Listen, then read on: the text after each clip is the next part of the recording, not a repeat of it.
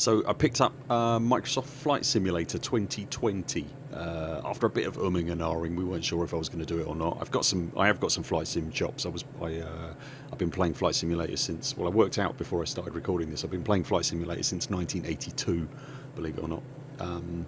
It's only the last probably the last 5 years, because Elite Dangerous and the Buur Pit then took off, that I hadn't really had the time. So this is the only period in the last sort of 30, 40 years really that I haven't been messing around with flight simulators. So very pleased to say I picked up Microsoft Flight Simulator 2020. Wasn't sure how it was going to run on my PC. Turns out it runs good enough and it looks good enough that I can do something with it. So I'm going to start documenting my flight simulator experiences on this channel here right now. Because of the way Flight Simulator uses satellite data to populate, satellite data and AI really, to populate the scenery and the world around you, it's kind of obligatory that you have to sort of take a flight over your home turf.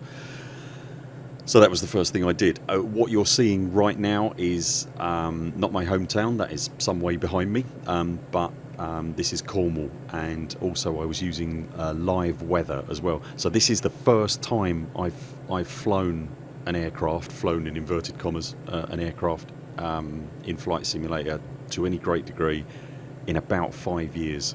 So I'm rusty to say the least.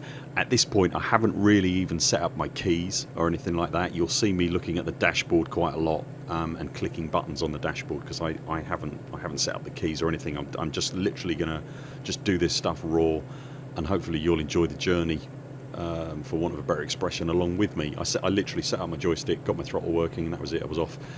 So this is literally my first flight, what you're seeing right now. The area below me is, I'm just trying to look out the window as I can. Okay, so that is the town of Wadebridge. That is in North Cornwall. There are two bridges that go across the river at that point there. One very small sort of traffic bridge that goes through the middle of town. Me and Ree go through there, or go past it quite a lot when we go to the coast. And then there's another massive bridge, which you'll see in a second, that spans kind of the whole valley. It's massive. Well, I say massive, you know, it's massive for Cornwall. It's not the Golden Gate or anything like that. But yeah, we come through here quite a lot. So it's really weird, I suppose. It's quite nice to kind of. I am looking forward to going to the, you know, the more exotic places, to go into, you know, Egypt and I don't know, Paris and New York and all that stuff. But there's a nice. I've always enjoyed the nice local flying as well. Even when the sim wasn't as detailed as it is now, I nearly crashed at this bit. I nearly crashed. I honestly thought I was going to end the video, but we're okay. We survived. You'll see the water effects in a minute as well. They're really impressive. This is the big bridge that I was talking about coming up here.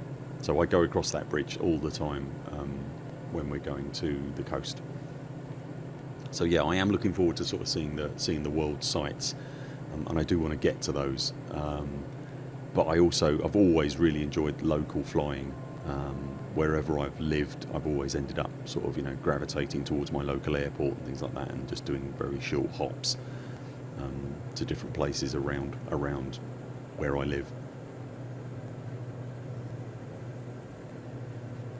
So the side of the river that we're flying up at the moment, on the left-hand side there in the trees, there's actually a cycle track that runs all the way up there. And Ree and I will, during the summer months anyway, when the world isn't ravaged with COVID, we actually go cycling up there a fair bit, which is quite nice. It takes us all the way into a fairly picturesque tourist trap of a town in North Cornwall called Padstow.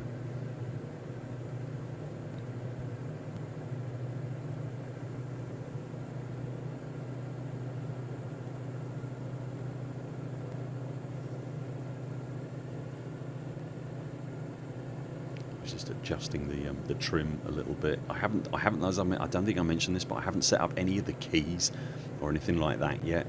So this is literally what you're seeing here is literally raw. Yeah, nearly ditched it there. This is raw kind of first flight kind of stuff. So I was just messing with the trim a little bit to try and get the nose to behave, so that I can take a little bit of the pressure off the stick somewhat. You're just starting to see Padstow appear in the distance there. On my right is the town of Rock, and I believe David Cameron, ex-Prime Minister, has got a place down there. The royals have been known to stay there as well. It's a bit posh. I've been there. It's very boring.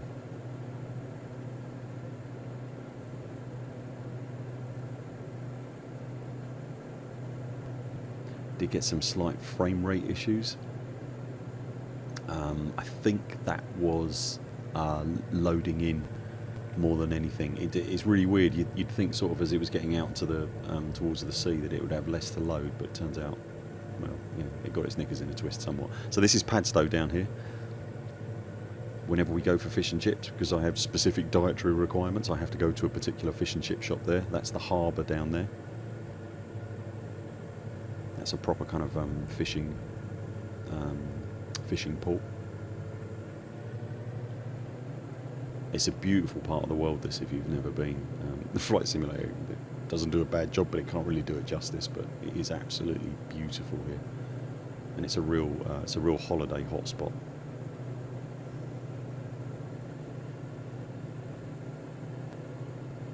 So at this point, I started to turn towards the southwest. I know that RAF St Mawgan is on the northern coast up here to my left.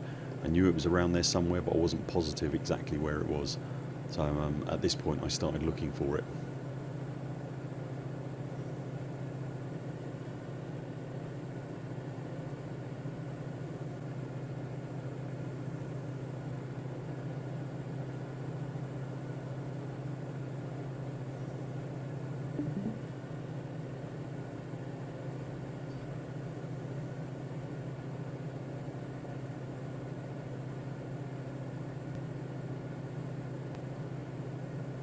I can't be 100% sure, but I think the buildings on the top here, on the top of the cliff here, are actually ex-military. I think there used to be a barracks or something like that there, long time ago. So those buildings to my left there.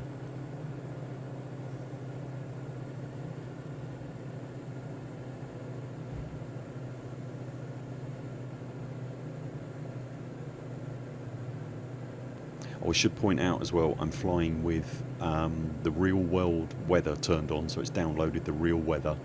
I was flying with the real time of day, and I've also got the simulation turned up to the max. So it's simulation-wise, it's as difficult as it can be. I'm a bit weird about that. I have to have, in a lot of games, I'll quite often take the content tourism route. But with Flight Simulator, I have to have everything turned up to the max. I always figure if you're going to simulate an aircraft, you might as well simulate the aircraft, you know.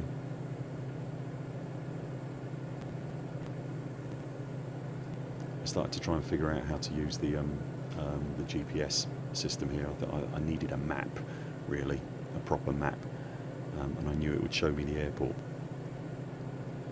One of the nice features that I noticed as soon as I started playing with my head tracking switched on was that I can zoom in and out of the dashboard real nice. So it's really surreal. If you need to look at something on the dashboard, you literally just lean closer and look at it, which is what I'm doing there. And that, I believe, is the airfield. Yeah, it is.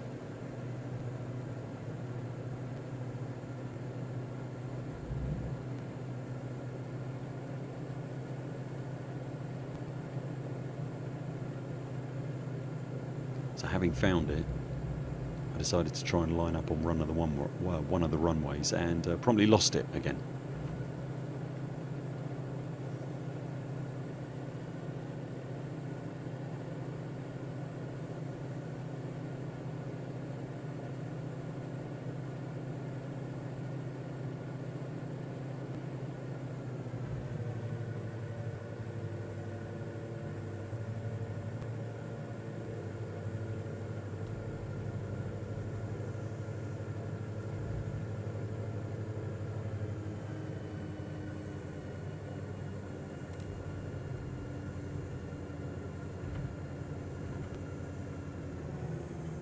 So that was the flaps going down there, and you can hear the throttle coming back as well. And then of course the stall warning starts to kick in. So I'm right on the edge of the plane not being aerodynamic anymore at this point, which gets your attention, let me tell you. So I've now, at this point, I've completely lost the airfield.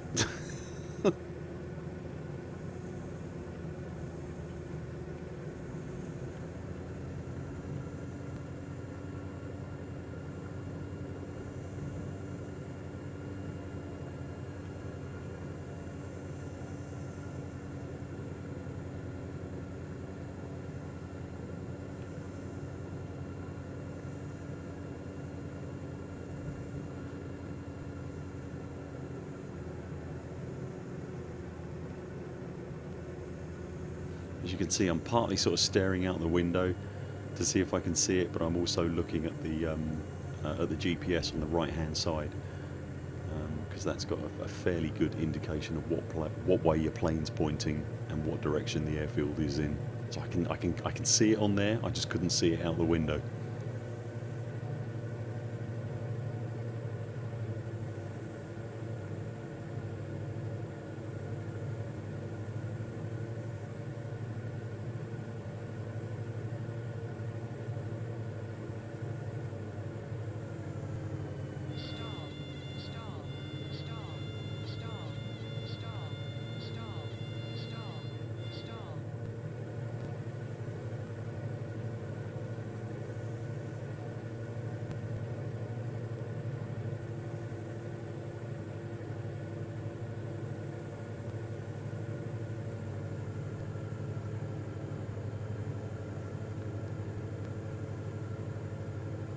So having found the airfield again, I'm about to do my first proper landing in over 5 years, I think. This is the first time I've landed a plane in over 5 years, and I would remind you once again, this is on full realism.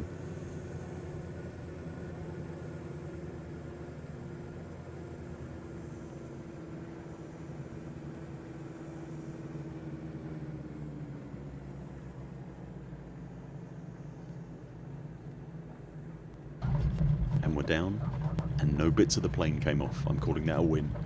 I'm quite happy with that, I've got to be honest.